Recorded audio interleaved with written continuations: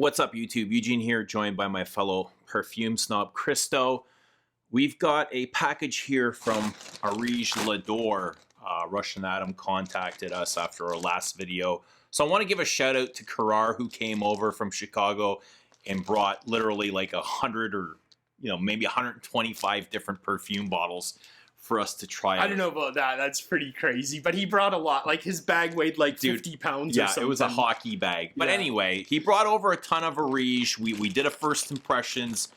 Russian Adam watched the video and got a hold of us and asked if we were interested in smelling some more of our things. So I guess this came from, I was going to say Russia, but it's not. It's UK? Bangkok, Thailand. Yeah. Really? So that's where it shipped out from. So he says there's samples from his second collection and also from his oud line. Cool. So we're going to tear into these, try these out. So when you sent me a message a couple weeks ago and said that he had reached out to you.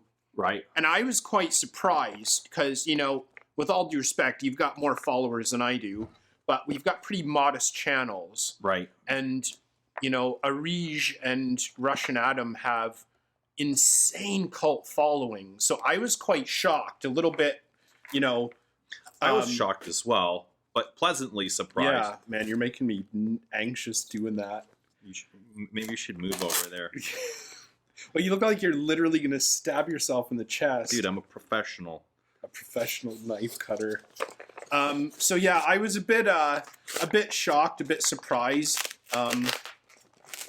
A Pleasantly little flattered. Surprised. Yeah. But he said he really appreciated our video, appreciated our style, and wanted to get these out. And I'm thrilled, because I really did enjoy the samples that we got to try. And the thing that surprised me most, I guess it's mostly, I don't want to be stereotypical, but I almost seem like it's mostly men that follow this line. And the one that I seem to enjoy the most was the one that got the worst reviews, was the Frangipani. Oh yeah, apricot, which is perhaps because it's more feminine. Floral. So there's nice. the Feel Oud sample kit, and I'm not sure what is in here. This looks like a travel atomizer or something. No way.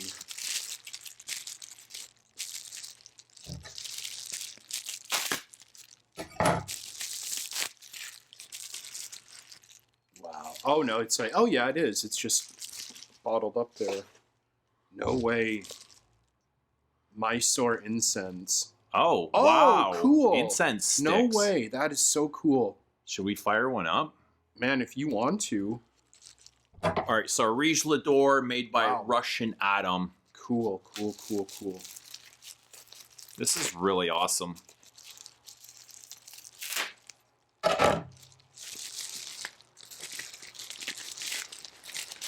Man. Right. Wow, that's... There you go. And this is kind of cool. So we just opened up the January Scent project from John Beeble, and he had really nice packaging as well. And these are like that's embroidered. Yeah. All right. So we've got samples of Malik Al Taif. I guess that's smell a rose. Yeah. Yeah. We've got Baikal Gris. Yeah. And so we've got series 2, I guess, right? Yeah. Peace and War 2. Peace and War 2. So there's quite a bit of controversy. Oh, there's more. There's more down here. So there's a little bit of a controversy surrounding Peace and War. And I wasn't very familiar until I kind of looked. Peace and War or War and Peace? I think because it goes around. War and Peace. Okay. Some people were upset that he released the second one. Right. There's the Plumeria. That's the one I really enjoyed. There you go. Plumeria de Oris, which has got the Frangipani, and Antiquity. Cool. So some people were upset because he said, or it was supposed to be War and Peace, or is it Peace? War and Peace. War and Peace was supposed to be a one-off, and that was it. Once it sold, it sold. Yeah. So what had happened was it sold super fast, and people were really interested, and there was a lot of hype surrounding it. And then apparently he had this second one, he had enough materials. I think he had kind of had plans for another perfume, but this one was so popular, he had just did another version of it and kind of axed another fragrance that he wanted to do. And some people seem to be upset by that, which... So these seem to be, 2 are from Series 4. So the Malik Al-Taif is from Series 4. But the notes sound amazing. So do you want to just... So we've tried those 2, so I don't think we need to get too far into them. Do you want to try these? I want to try all of them, since we're of course. Like, do you want to try these first and then get into the ouds? Sure. I'm just going to open this up. So let's do Malik Al-Taif. Whoa. That's the one we haven't smelt, have we? Yeah.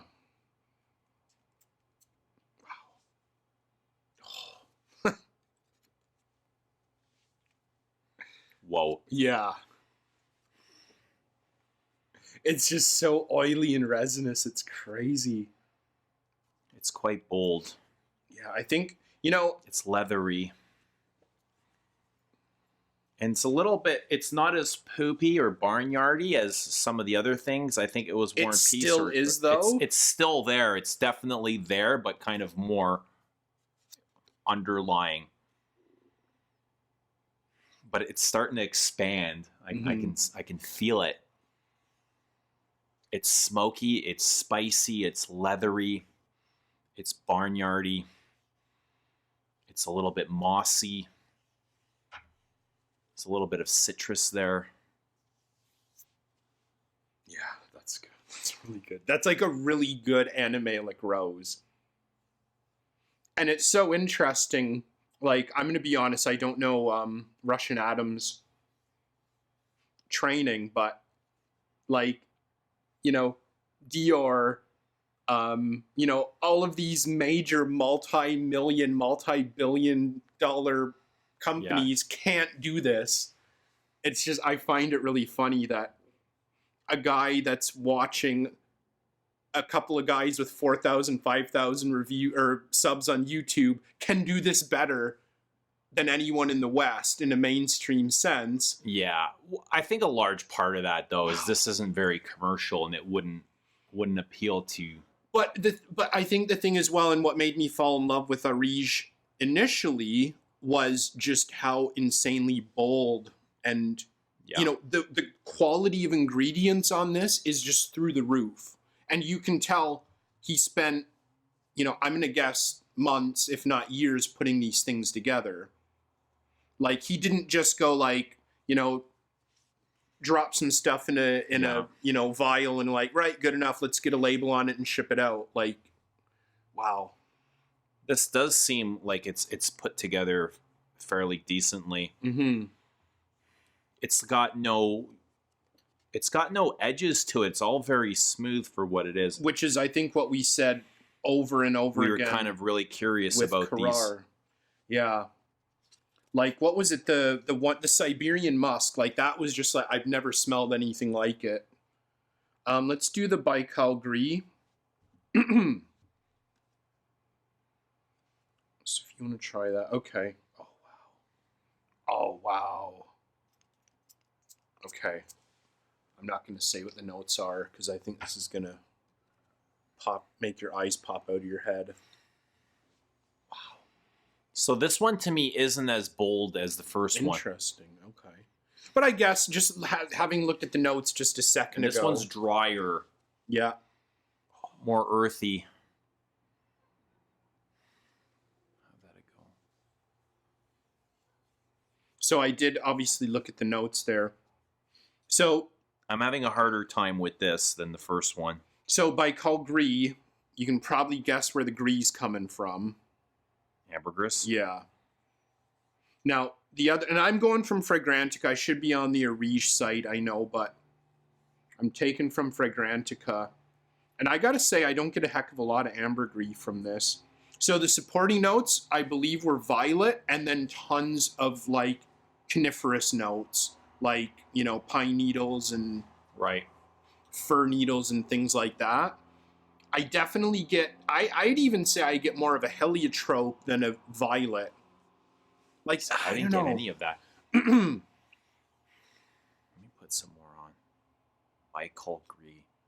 What does Baikal mean? Baikal, I believe that's a lake or a region in Russia. I could be wrong. Yeah, it's a lake It's in very Russia. dry. Almost like get juniper berries or something from, almost like a gin. Mm. It's like a dry gin. Deepest lake in the world. In Russia. Yeah, Cool. like northern Russia. I'm not sure what else, like, this is... It doesn't pop to me like this first one. Like, Identifying the notes. yeah. I get heliotrope,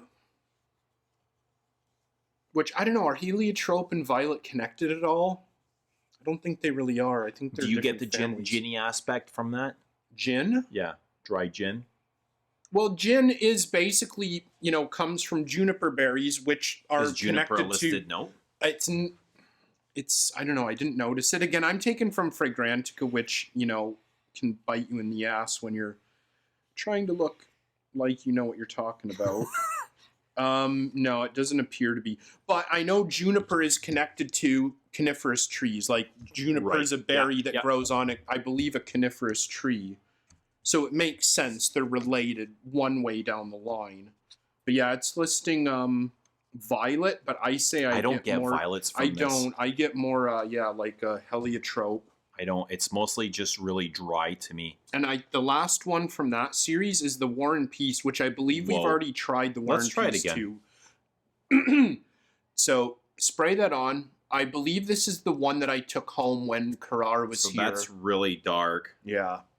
I took home that in Antiquity. Holy shit. This is good. Wow. Okay, so I'm going to tell a story while you kind of digest that I told you, but just before we started filming. So I took home the War and It's Peace very 2. floral. Did you get florals from this? Dry florals? I don't remember honestly when we first smelled it, but what happened was I took home maybe about a half a mil in a atomizer, enough for like a good wearing of it. And I wore it on a bad day when I was starting to come down with a sinus cold, and the dryness of it, that kind of like damp, dry book kind of thing almost, ended up giving me a real bad headache. And smelling it again now, I'm appreciating it again, because we kind of talked about that, wearing something when you're kind of sick or starting to get sick, or you have a bad experience and it kind of turns you off. It's just so dry. I think I like this more than The bike. Oh, the Altaif. really? Yeah. It's more palatable. Like this has gone very barnyardy. It's like the rose is really standing out. It's so green now. Yeah, it's really poopy. Man. Very barnyardy, fecal. Wow. Man. Yeah, it's a very green, almost watery rose. This just smells like walking into like an antique bookstore, or like an antique store or something. Like, man, it's just I get a lot of captured. leather from this. I can see that, like, leather-bound books or Dusty leather and a little bit of sweetness coming from somewhere, but like sophisticated. Awesome. So you want to break out the Well, we've the got other package? what's that there? That's War and Peace. All right. What about Those these? ones? That's Antiquity. Do you want to and smell this again quickly? I've got it at home. If you want to try it, you can. Let's smell it really quick. All right. Yeah, this is the one that I said was my favorite from when Karar was here. Wow. Again, very dry. A lot of earth tones.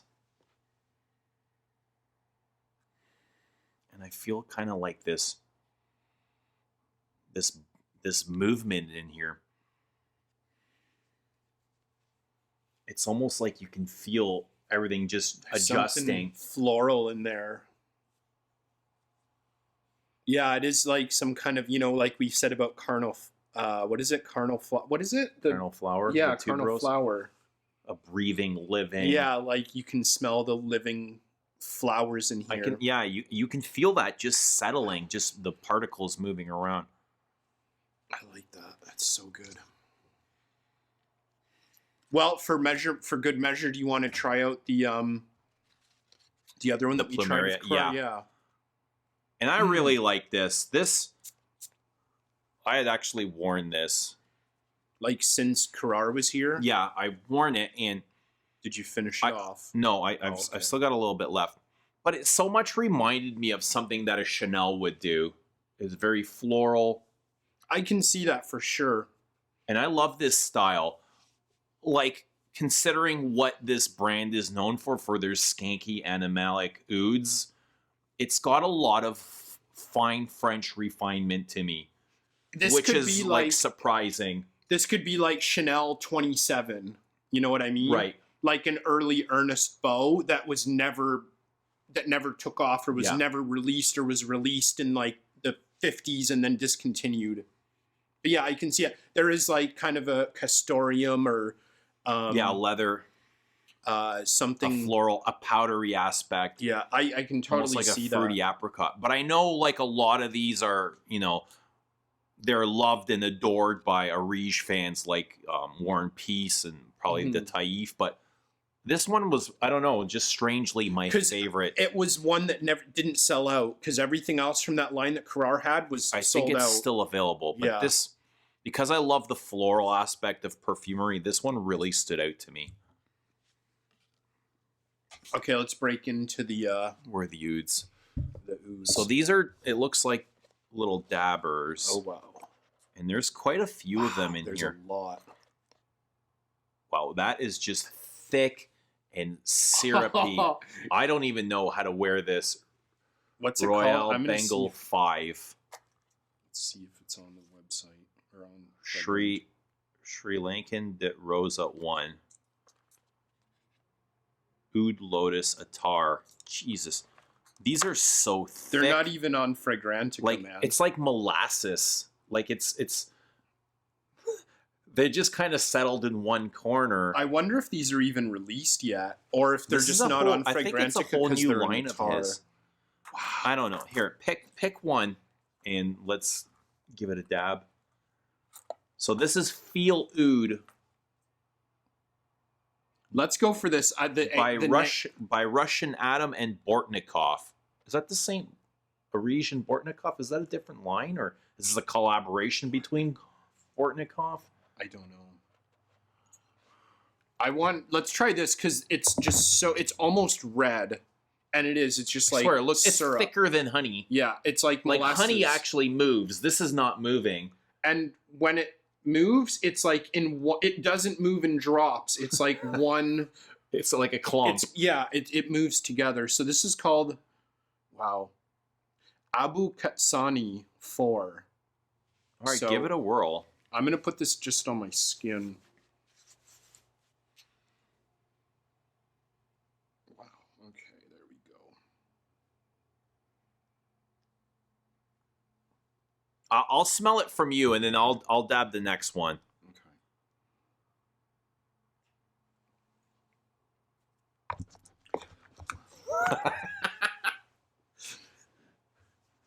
So I'm not smelling it yet. Wow. I don't even know what the notes are other than just like wet, dank, like almost moldy oud. Yeah. Like it smells like, It's smoky as hell. like it smells like a cross section of wood that's just been unearthed. And it's it's wet and decomposing. It's dry and dusty as well. Like, it's got that contrast, wet and dry. Yeah. You know what? I'm going to compare it to, and no offense to Russian Adam or Ortnikov or Areej, but the closest thing that I can think of, actually, you know what? I'm going to spin that around. What's that Frederick Mall that I said smells like that Parfums de Marly, the Hamdani? It's like, it smells like rotting leather, decomposing leather, and because you know Is it the Hamdani's, dawn or the night? it's Or one of the exclusives. the It's one of moon? the Middle Eastern ones, but it was sold over the counter more readily. It just smells like decomposing wood, but because that's like the thing I've said about Hamdani from Parfums de Marly. It's the only good, unique smelling Parfums de Marly, and nobody talks about it because it doesn't smell like, you know, cookies and candy and wow, Twinkies. it's just so, yeah, decomposing leather and wood, and it's wet, but So somehow what was that called? Abu Katsani. Okay, so this is Atik Jamil 2. Atik Jamil. Wow.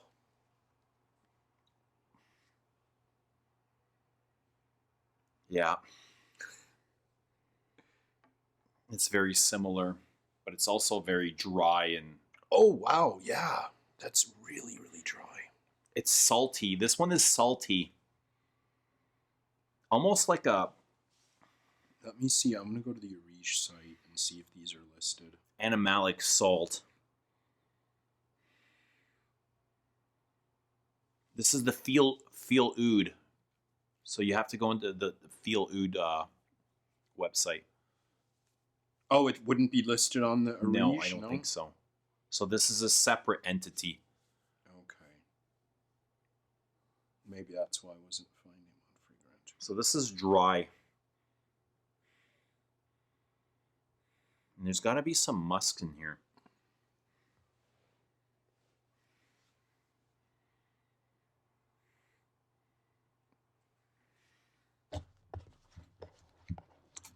Did you say there was Bengal Royale? Did you? Oh yeah, there's Abu Katsani right there. So, Oh, but then we had just Abu kind of Katsani ouds. I don't 4. think these are actually formulated perfumes. These are just ouds that have been Wild Thai agar wood. So yeah, it's more something that's just been abstracted. yeah, I don't know if there's a it's- whole lot of blending in there's here. yeah, there's not necessarily blending perhaps, but it's literally just that, you But know, I there's could be something wrong, musky in here. but it's just so we're smelling one thing that was distracted Right. extracted from you know, a Thai oud All right, so tree. here's Fleur Oud Santal Attar. Wow. Let's give this a go. You want to call that one up? Sure. And that said Attar, right? Yeah. What was it again? So it's called Fleur Oud Santal Attar. Okay.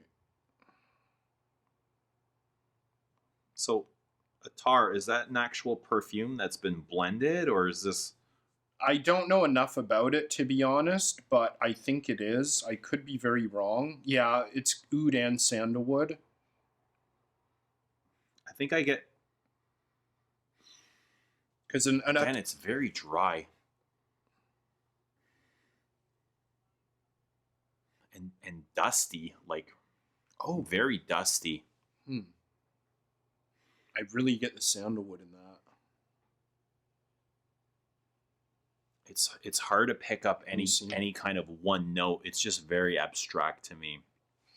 Is there something No, close to no, that? No. Man, no, I get there's lavender. Yeah, I can see that. It's probably where the dryness is coming from. Very smooth, though. Very, very. Like, let's see. Like a lavandin. Wow, yeah, like I thought you. What was it, the lavender? Oh, yeah, I thought it was like something from the January that had No. the lavender in it. Okay, let's see. What's a good name in here?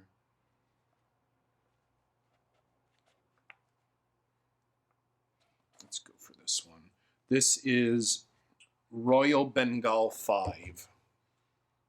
So, let me put this on my other hand.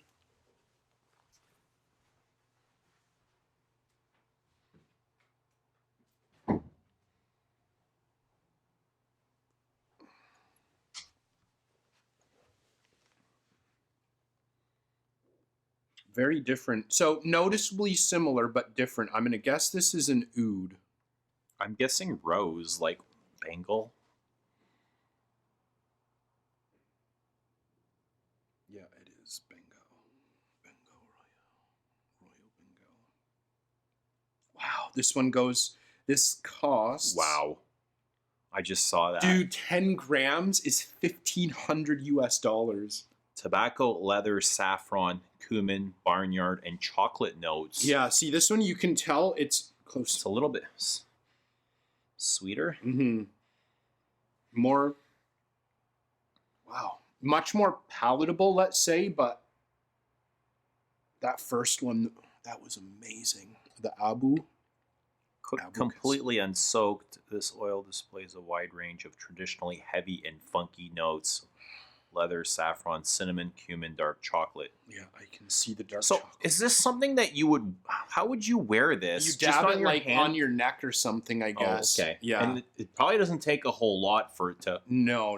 project. Like, I guess it's a thing, again, it builds with body temperature, warmth, and whatever. But yeah, like, 2 mil of this, which would cost, like hundreds of dollars, Yeah. would probably last you, dozens of wearings, because you would literally just take out and just like dab it on your neck or your chest. All or right, let's whatever. try one more.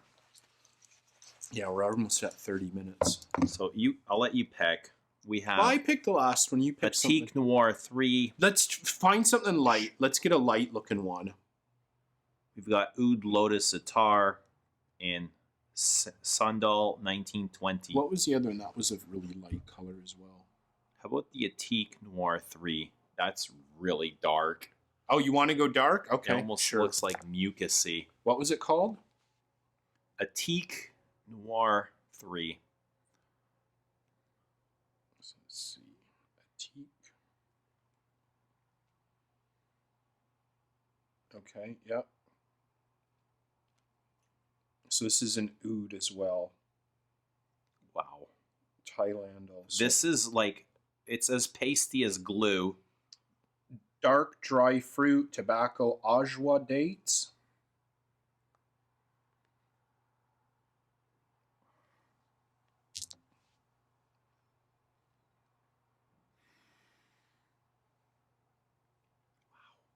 This is the thickest one that I've yet to come across. Like it won't even soak into your skin.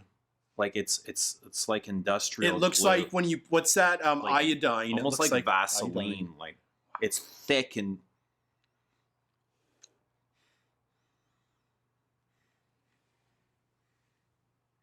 it's got a little bit of right here animalic quality to it. Yeah, it's like sweaty animal skin. Almost furry. You can sense that fur. Mm. What was this one called? Where was it? Batik Noir 3. I'm curious. Batik Chamil, Batik Noir. I'm finding a Batik Noir, but not 3. So I think it's just like a variant of that, or like the third batch or whatever. I don't think the numbers. Dark dry fruit, tobacco, ajwa dates.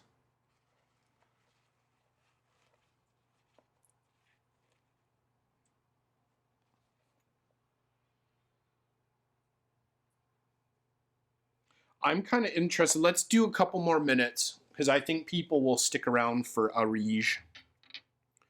I want to try the lighter ones. I want to see. So they've got, yeah, you can tell the consistency's a little bit more. Okay, what are they called? Not quite. Which one do you want but to do? still. I'd like to I'll do call it both up. of these. All right. Oh, dude, this one is so. This is just like What's it called? just Sandal 1920, or just perhaps Sandal, but maybe Sandal 1920. All right, I'll call it up. This is like, look at that. I've got this the thick viscosity on my finger. I Look can't at even. it. Yeah, Look at how long it takes just Yeah. to move. That's crazy. I can't even rub it into my skin. You know, like lotion when Yeah. when you rub it into your skin, it's just like it's not going anywhere. This might be in the tar or something. 'cause It could be. It's not coming up in the. So I think the Sandal 1920 of all of them, if I could smell like that regularly for an affordable price, I would do that any day. Yeah. Like I said, if I could get that in a 50 mil atomizer, 30 mil atomizer, like the Areej. You're probably looking at $750. But I mean, like, if you could get it like watered down, blended, and yeah, exactly. Yeah. Like, you and know, the toilet. I know it wouldn't smell the same, but if you could transfer that into, you know, like maybe like an EDP or a perfume, 30 mil at the average Areej price, I would buy that in a heartbeat. Well, I have to say, I feel like I'm kind of out of my element, and I'm not familiar with a lot of these. And the Santal did really. I'm most familiar with the Sandal. Yeah. Like, there's so much. There's just depths and layers and Obviously, all kinds of nuances that I'm not familiar with in these. And we're gonna get, if we were able to, which we're not gonna be able to today, but if we are able to isolate these on our skin for like 12 hours, we're probably gonna smell so much. Yeah, changes. Exactly. And I believe that these change a whole lot on skin, and they just kind of like bloom. Like, I can feel it already since the time we've applied them. Yeah. Very interesting. But the Sandal, like you said, it really stands out. Yeah. Just the creaminess of it.